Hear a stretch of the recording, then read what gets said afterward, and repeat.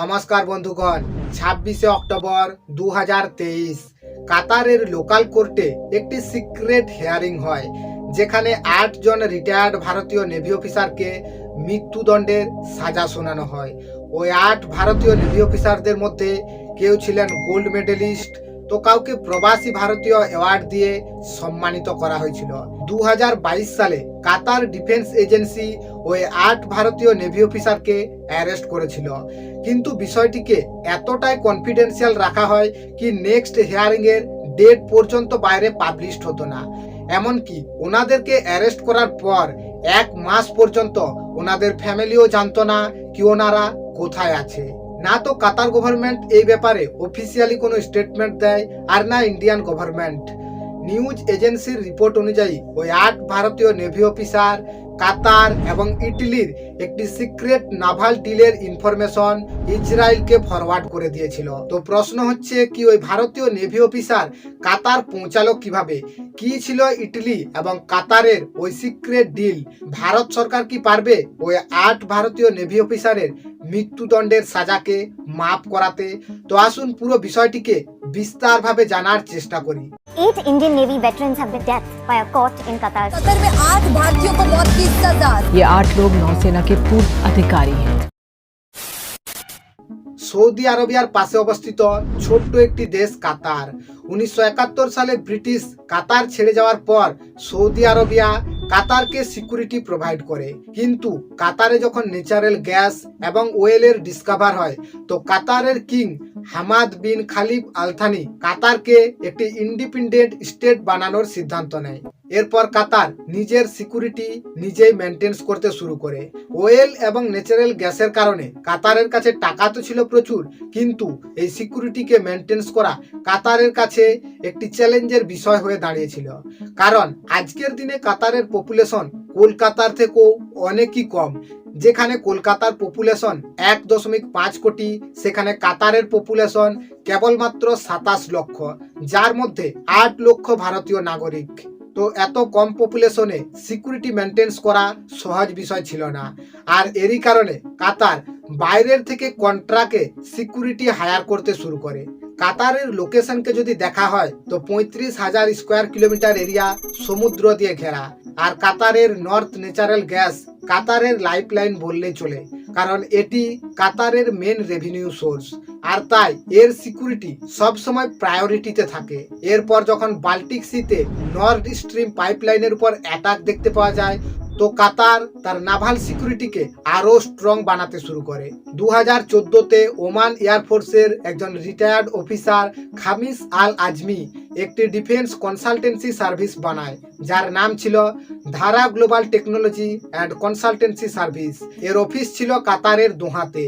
এর মূলত কাজ ছিল ডিফেন্স সার্ভিস প্রোভাইড করা, মিলিটারি ইকুইপমেন্ট, ট্রেনিং, লজিস্টিক এবং এর মেনটেনেন্স।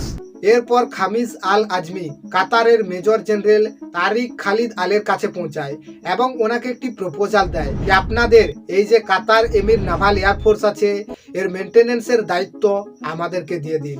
আর এটি শোনার পর কাতার গভর্নমেন্ট খামিস আল আজমির এই প্রপোজালকে অ্যাকসেপ্ট করে নেয়। কাতার গভর্নমেন্ট যখন ধারা কোম্পানিকে কন্ট্রাক্ট দিয়ে দেয়, 2015-16তে ধারা কোম্পানি হায়ারিং শুরু করে।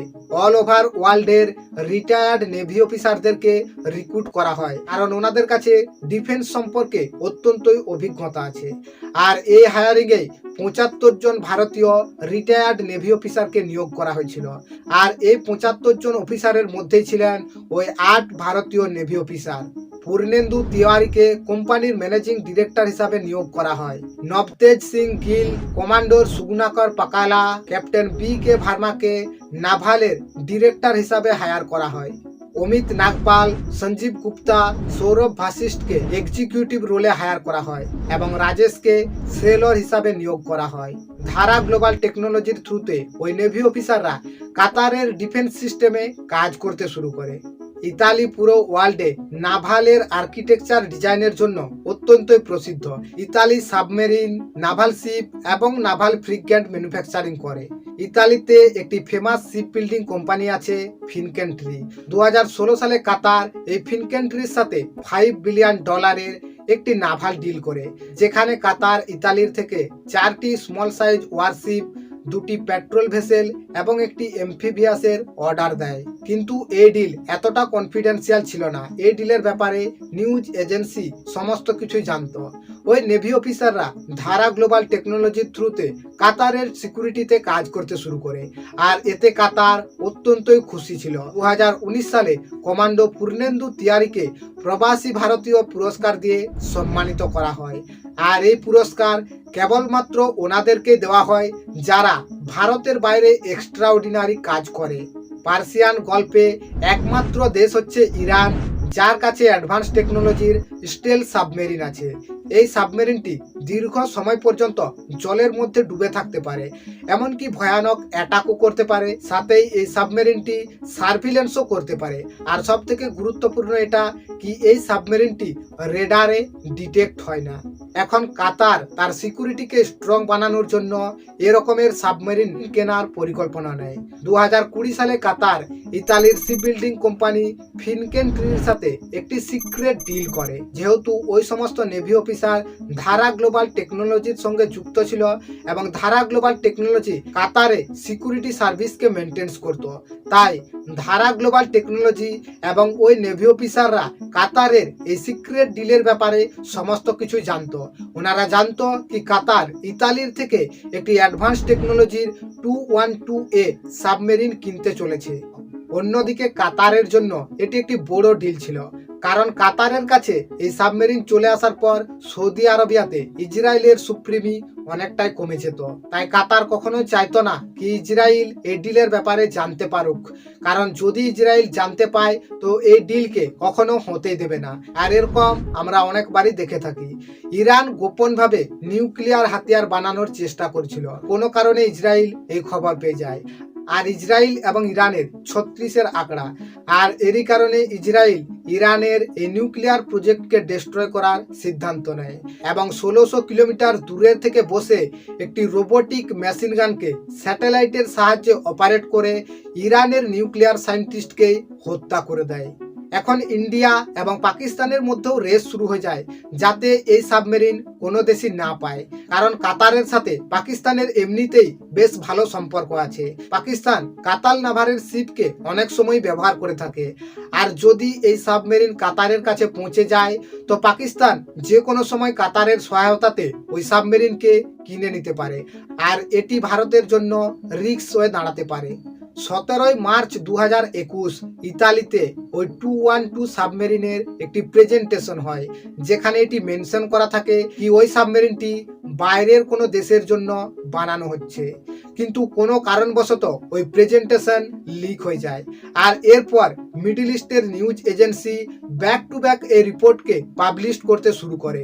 আর এরপর 30 আগস্ট 2022 রাত্রের দিকে কাতার ইন্টেলিজেন্স এজেন্সির স্টেট সিকিউরিটি ব্যুরো ওই 8 ভারতীয় নেভি অফিসারের অ্যাপার্টমেন্টে পৌঁছায় এবং ওনাদেরকে বলে কি আর্জেন্ট নাভালের এক্সারসাইজ করতে হবে, যার জন্য ওনাদেরকে প্রয়োজন আর ওনাদেরকে যেতে হবে।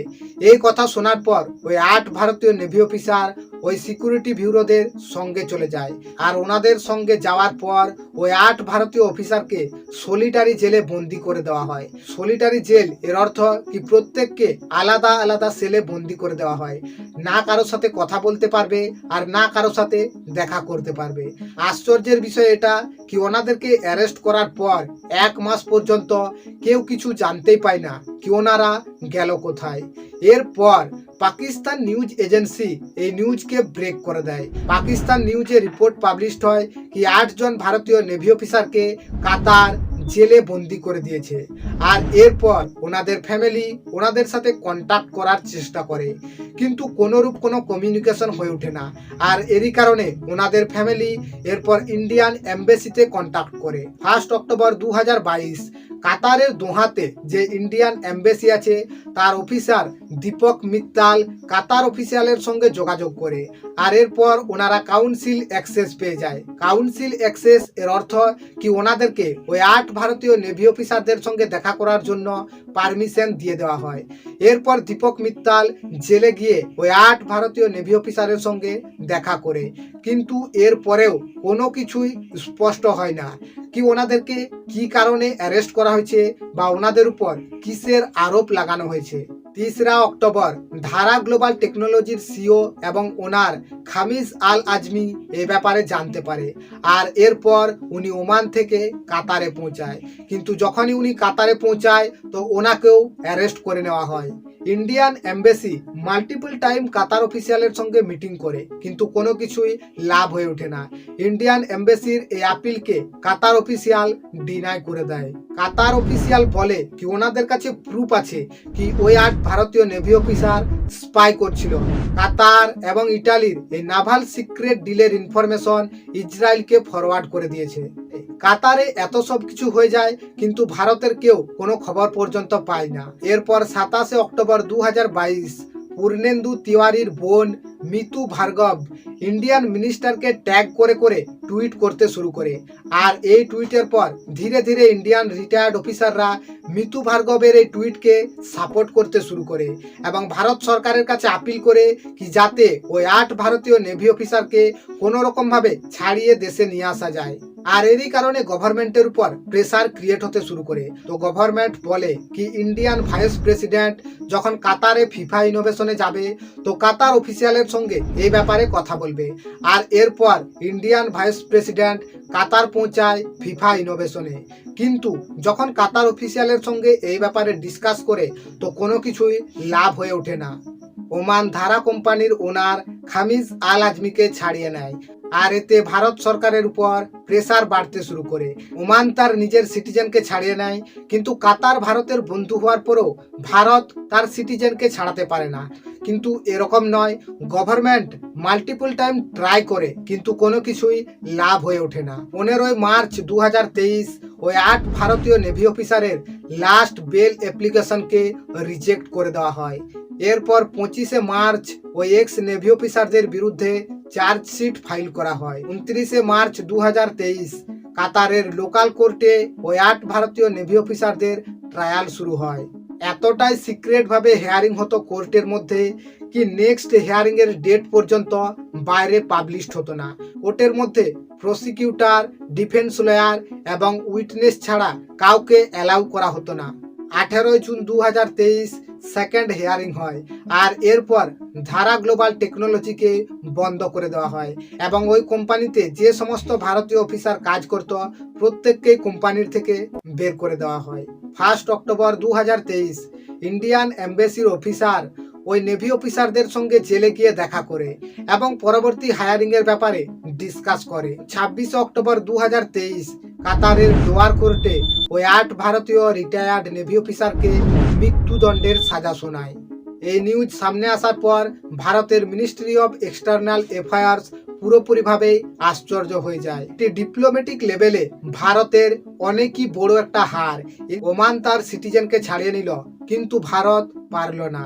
কিন্তু এর পরেও ইন্ডিয়ান গভর্নমেন্ট কাতার অথরিটির সঙ্গে কথা বলতে থাকে, আর নভেম্বরে কাতার অথরিটি ইন্ডিয়ান গভর্নমেন্টের এই আপিলকে অ্যাকসেপ্ট করে নেয়, কিন্তু পরবর্তী হিয়ারিং এর ডেট এখনো জানানো হয় না। ইন্ডিয়ার কাছে এখন কেবলমাত্র 3টি উপায় আছে। প্রথমত, কাতারের লোকাল কোর্টে গিয়ে সরাসরি চ্যালেঞ্জ করা এবং কেসকে লোয়ার কোর্টের থেকে হায়ার কোর্টে নিয়ে যাওয়া। প্রধানমন্ত্রী নরেন্দ্র মোদী সরাসরি কাতারের আমিরের সঙ্গে কথা বলতে পারে। অন্যদিকে কাতার এবং ভারতের বন্ধুত্ব প্রায় 50 বছর হতে চলেছে এবং কাতারের ওয়ার্কফোর্স অনেকটাই ভারতের উপর নির্ভরশীল। কাতারে 8 লক্ষ ভারতবাসী থাকে এবং ইন্ডিয়া কাতারের থেকে এলপিজি, এলএনজি এবং পেট্রোল ইম্পোর্ট করে। বিগত বছরের ইম্পোর্ট ছিল $16.8 বিলিয়ন, যেখানে কাতার কেবলমাত্র ভারতের থেকে $1.9 বিলিয়ন ইম্পোর্ট করে। 18 ডিসেম্বর কাতারে ন্যাশনাল ডে সেলিব্রেট করা হয়, আর ওই দিন আমির অনেক কয়েদির সাজাকে মাফ করে দেয়। কোনো কারণে ইন্ডিয়া যদি ডিপ্লোম্যাটিক লেভেলে কাতারের উপর প্রেসার ক্রিয়েট করতে পারে তো হয়তো 18 ডিসেম্বর ওই 8 ভারতীয় রিটায়ার্ড অফিসারের সাজাকে মাফ করে দেওয়া হতে পারে। আবার 2015-তে কাতার কিং আমির ইন্ডিয়া এসেছিল, যেখানে উনি ভারতের সঙ্গে একটি এগ্রিমেন্ট সাইন করেন, রিজনাল এক্সচেঞ্জ এগ্রিমেন্ট। কি কোনো ভারতীয় ব্যক্তিকে কাতারে যদি কোনো পানিশমেন্ট দেওয়া হয় তো সেই ব্যক্তি ভারতে এসে তার সাজাকে পূরণ করতে পারে। অন্যদিকে ভারত এই কেসেতে কোনো মিডিয়েটর কান্ট্রির সাহায্য নিতে পারে। যে কোনোভাবেই হোক দেশের নাগরিক যদি দেশে ফিরে আসে তো এটাই আনন্দের বিষয়। আশা করছি ভিডিও আগের মতোই ইনফরমেটিভ ছিল। ভিডিওটি দেখার জন্য আপনাকে অসংখ্য ধন্যবাদ। আপনার দিনটি শুভ হোক।